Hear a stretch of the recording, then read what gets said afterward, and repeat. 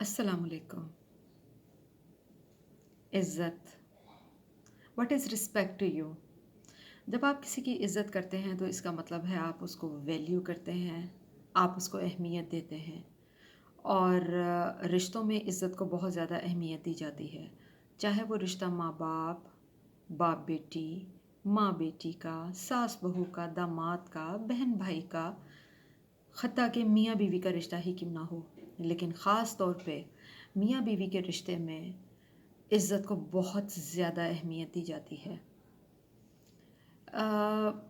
देखने में ये आया है कि मियाँ-बीवी का रिश्ता वाहिद एक ऐसा रिश्ता है जो कि मैक्सिमम एक दूसरे की तरफ डिसरिस्पेक्टफुल होता है। अभी मैंने कहीं पे एक किताब में पढ़ा था कि आप जिस रिश्ते को जिस तरह दिखाना चाहते हैं वो लोगों को रिश्ता उसी तरह नज़र आता है। मिसाल के तौर पर मियाँ बीवी का रिश्ता, बीवी अपने हस्बैंड को अपने ख़ानदान में, दुनिया में, रिश्तेदारों में जिस तरीके से दिखाएगी, दुनिया वालों को वो रिश्ता उसी तरह से नज़र आएगा। अगर वो एक मोहब्बत करने वाला, प्यार करने वाला, हमदर्द, दरिया दिल, सखी शौहर के तौर पे दुनिया को दिखाएगी, ज़ालिम, शकी मिजाज, तंज़ करने वाला, अगर वो उस तरह से दिखाएगी दुनिया वालों को, अपने ख़ानदान वालों को, बहन भाइयों को, तो सबको वो रिश्ता उसी तरह से नज़र आएगा और वो सब उस रिश्ते को उसी तरह से ट्रीट करेंगे। लेकिन यहाँ पे एक बात काबिल गौर ये है कि इज़्ज़त और बेइज़्ज़ती को पेश करने का अंदाज़ मियाँ बीवी मुख्तलिफ़ औक़ात में को मुख्तलिफ़ तरीके से ज़ाहिर करते हैं। बहैसियत वालिदैन बच्चे इर्द गिर्द मौजूद होते हैं और मियाँ बीवी एक दूसरे से बात करते हुए इस बात का बिल्कुल ख़याल नहीं रखते कि हम अपने बच्चों के सामने किस तरीके से एक दूसरे से मुखातिब हैं, हम किस तरह से एक दूसरे से बात कर रहे हैं। मसलन इसको मैं आसान तरीके से आपको इस तरह समझाऊंगी कि जिस औरत की इज़्ज़त मर्द अपने बच्चों के सामने नहीं करता, तो बच्चे भी अपनी माँ को वो अहमियत नहीं देते जो कि वो डिज़र्व करती है। अगर मियाँ बात बे बात अपनी बीवी की हर बात में कीड़े निकालेगा और कहेगा कि तुम्हें अक्ल नहीं है, तुम्हें तमीज़ नहीं है, तो बच्चे भी माँ की बात को बिल्कुल अहमियत नहीं देंगे। बीइंग एजुकेशनिस्ट, स्कूल में जॉब करते हुए बारहा रोज़मर्रा अक्सर मुख्तलिफ़ वालिदैन से एडमिशन के सिलसिले में बच्चे जब वालिदैन लेके आते हैं और या कभी पेरेंट टीचर मीटिंग्स पे पेरेंट्स आते हैं, तो कई दफ़ा नासमझी समझते हुए या आपस में उनके इख्तलाफात इस तरह के होते हैं कि वो इस बात का ख़याल हरगिज़ नहीं करते कि वो कहाँ मौजूद हैं और अपने बच्चे के सामने किस तरह की गुफ्तगू इख्तियार कर रहे हैं। मियाँ बीवी बच्चों की छोटी छोटी कोताहियों का इल्ज़ाम एक दूसरे के ऊपर धरना शुरू कर देते हैं और वो इल्ज़ाम तराशी कई दफ़ा बहुत ही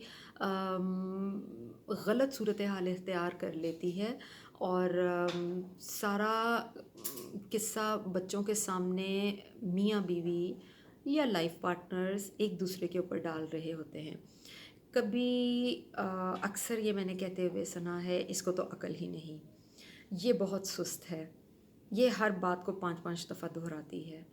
लाइक मतलब ये कि ये तो आपको मैं एक मिसाल दे रही हूँ, लेकिन क्या वाक़ई सामने वाले बंदे को अकल नहीं होती? चाहे वो मर्द हो, चाहे वो औरत हो, एक शरीके सफ़र दूसरे के बारे में जब ख़ानदान में, अपने बच्चों के सामने, ख़ल्क़ा अहबाब में, दुनिया में اس طریقے سے اپنی بیوی کو مخاطب کر رہا ہے تو اس کا مطلب ہے ہی از ڈس رسپیکٹنگ ہز لائف پارٹنر.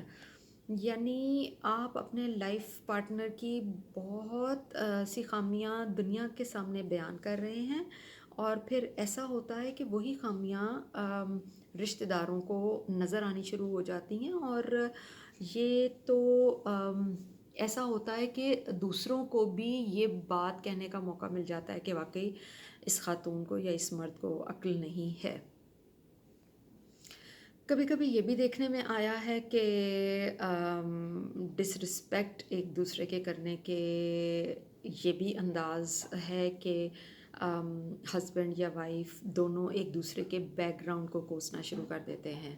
یہ تو اور وہ بھی بچوں کے سامنے اور ایک دوسرے کے بیک گراؤنڈ پہ کیچڑ اٹھالتے ہیں کہ یہ تو تعلق ہی ایسے خاندان سے رکھتی ہے. اور کبھی ماں غصے میں یا باپ غصے میں اپنی اولاد کو جب اولاد ان کا کہنا نہیں مان رہی ہوتی تو اس طرح سے الفاظ میں بچوں کو مخاطب ہوتے ہیں. تم تو ہو ہی تمہاری رگوں میں ہی اس عورت کا خون ہے جس کا خاندان ہی خراب ہے اور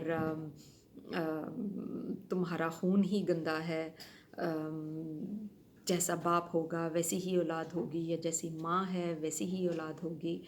یعنی چاہے وہ ماں ہے چاہے وہ باپ ہے جب ایک دوسرے کو بے عزت کرنے پہ آتے ہیں ڈس رسپیکٹفل ہوتے ہیں ایک دوسرے کی طرف تو وہ اپنے بچوں کو بھی نہیں بخشتے. وہ اپنے بچوں کو بھی اس ساری گندگی کا حصہ بنا لیتے ہیں اور اس ساری لڑائی میں معصوم بچے کو یہ نہیں پتہ ہوتا اور کہ سارا قصور ہی میرا ہے اور کئی دفعہ وہ بے گناہ ہی اس ساری دلدل میں دھکیل لیے جاتے ہیں.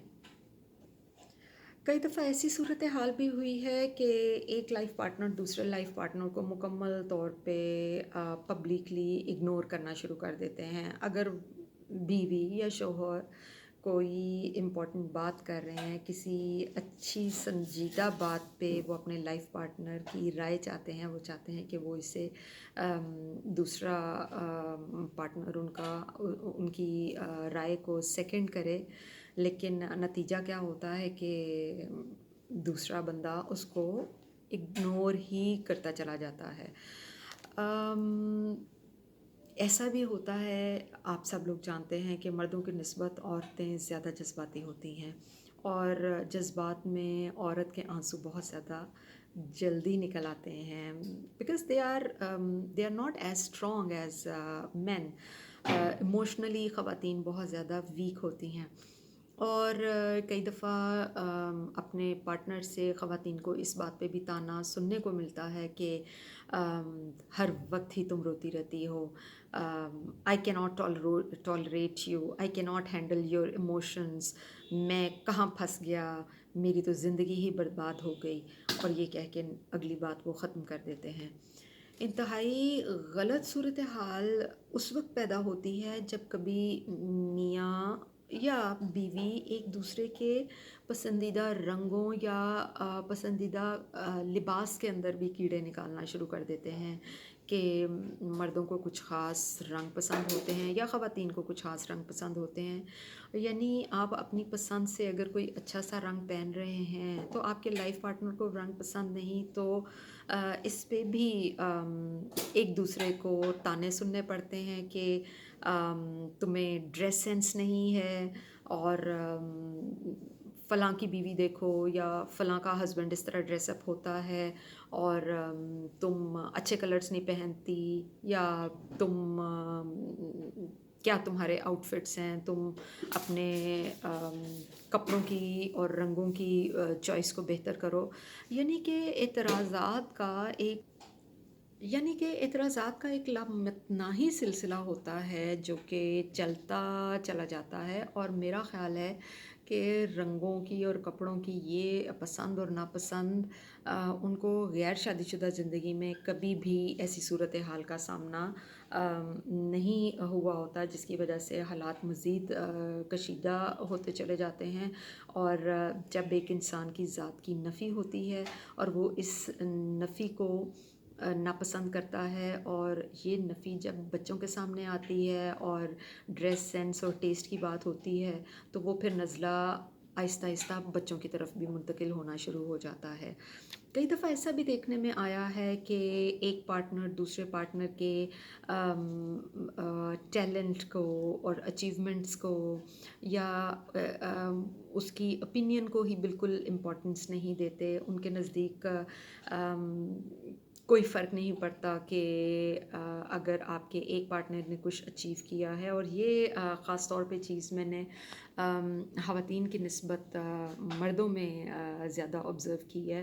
बट और ये भी कहते हुए सुना है कि हाँ हाँ कर लिया, ऐसा क्या तीर मार लिया, सभी करते हैं, तुम कोई अनोखी हो तो तुमने कर लिया तो क्या हुआ। लेकिन बिलीव यू मी, अल्हम्दुलिल्लाह अल्हम्दुलिल्लाह I have a very different experience about my relationship. Believe you me, I always found my husband praising me a lot.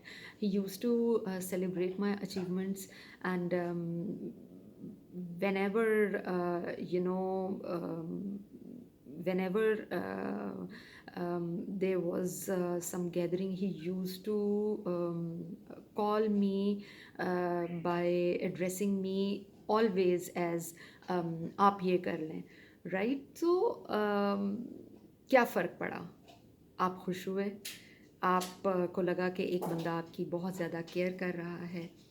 मेरा आप सब लोगों से ये एक सवाल है, चाहे वो मर्द हज़रात हों या ख़वातीन हों, कि why are we doing this, why are we behaving like this.